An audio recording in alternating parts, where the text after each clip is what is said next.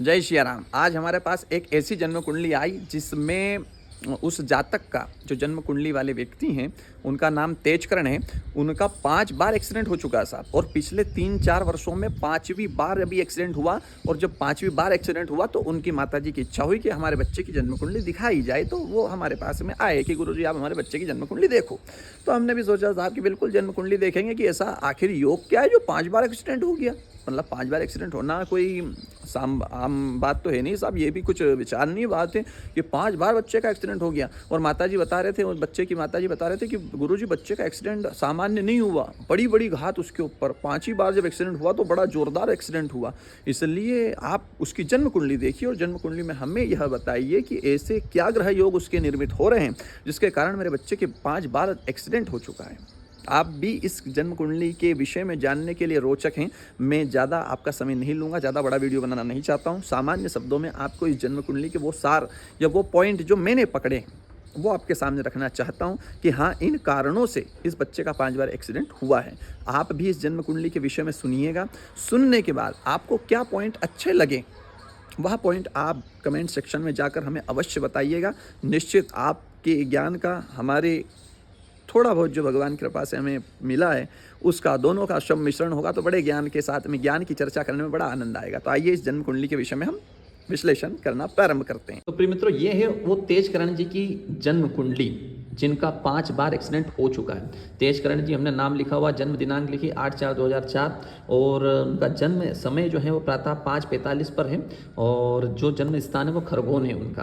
अब आप उनकी जन्म कुंडली महादशा अभी वर्तमान में भी शनि महाराज की उनको चल रही है, जैसा कि हमने लिखा है 3/6/2009 से 2/6/2028 तक शनि महाराज की महादशा रहेगी। अंतरदशा में 20/11/2025 से 2/6/2028 तक बृहस्पति रहेंगे। प्रत्यंतर दशा 23/3/2026 से 17/8/2026 में शनि महाराज की प्रत्यंतर दशा चल रही है। जो स्पेशल पॉइंट है, कुछ जो नोटिस हमने किए, केवल वही यहाँ पर हमने लिखे और उन्हीं को हम डिस्क्राइब करना आपके सामने चाह रहे हैं।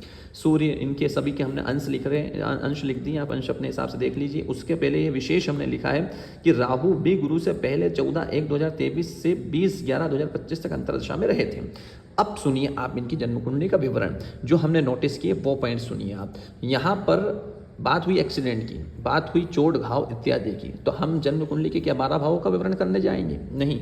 हमारे ज्योतिष शास्त्र कहता है कि जिस घर से संबंधित प्रश्न आया उसी घर से संबंधित अपने को निष्कर्ष निकालना चाहिए। तो हम डायरेक्ट गए, 6ठे भाव को हमने पकड़ा क्योंकि यह ऋण रोग रिपु इत्यादि का घर है और इसी घर में 5 नंबर लिखा, यानी कि सूर्य महाराज इस घर के स्वामी हैं। बृहस्पति महाराज वहाँ पर वक्र होकर के 16 अंश पर विद्यमान है और उसके बाद में 12वां यानी कि मीन लग्नेश जाकर के षष्टम में बैठे। संघर्षशाली इसका जीवन है क्योंकि लग्नेश का षष्ठ भाव में बैठना संघर्ष देता है मनुष्य को। जीवन में काफ़ी स्ट्रगल मनुष्य के जीवन में होता है, तो ये पॉइंट इसके जीवन में बन रहा है। उसके बाद में देखिए तो सूर्य नारायण भगवान, अब सूर्य नारायण भगवान लग्न में बैठे हुए हैं। ये षष्ठ और पंचम का समावर्तन या परिवर्तन योग भी इसको हम कहते हैं कि षष्ठ और लग्नेश का परिवर्तन जब होता है तो मनुष्य के जीवन में स्ट्रगल काफ़ी मनुष्य के जीवन में आता है या संघर्ष काफ़ी जीवन में उसके देखा गया है या उतार चढ़ाव उसके जीवन में काफ़ी देखा गया है। पहला पॉइंट,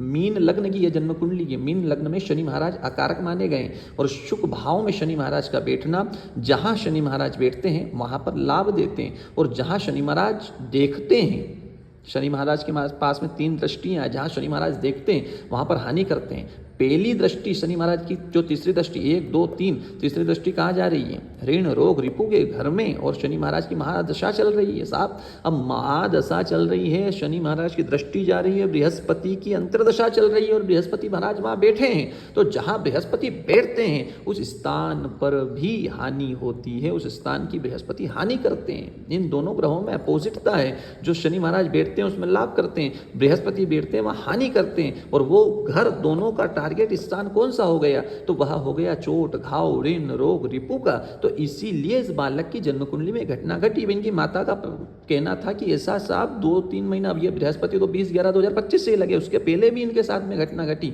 इसीलिए हमने यहाँ विशेष कर लिखा कि राहु के पहले गुरु थे।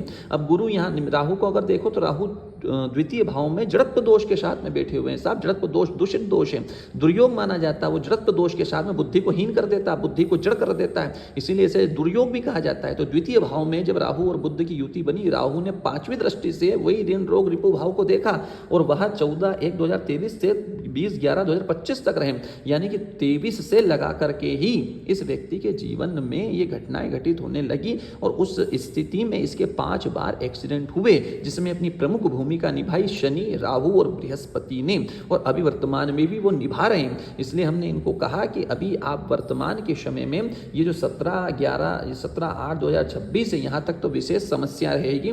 इसके बाद में पॉजिटिविटी ये आएगी कि आपको थोड़ा बहुत प्रभाव पड़ेगा। इसलिए हमने इनको सजेशन दिया कि आप शनि महाराज और बृहस्पति महाराज के यथासंख्या जितनी शक्ति भक्ति जो आपसे श्रद्धापूर्वक हो सके उतने जाप कीजिए, निश्चित आपको लाभ मिलेगा। तो ये हमने इनकी जन्म कुंडली का ब्यूरो देखा और ब्यूरो देखकर इन 3 ग्रहों के ऊपर विशेष निर्णय, जहाँ पर अभी राहु की हमें स्थिति में कोई जप तप की आवश्यकता लगी नहीं, इसलिए हमने शनि बृहस्पति के इनको जप बताएं और शनि बृहस्पति के कुछ विशेष रेमेडी भी बताई है। तो इसी प्रकार हमने इनकी जन्म कुंडली का सारा विश्लेषण किया। अब आपको इसमें क्या पॉजिटिव पॉइंट लग रहे हैं आप प्लीज़ कमेंट सेक्शन में जाकर के बताना ना भूलें। क्या ज्ञान आपको इस जन्म कुंडली को देखने से मिला वह भी कमेंट सेक्शन में जाकर बताना ना भूलें। मिलते हैं पुनः अगले वीडियो में। जय श्री राम।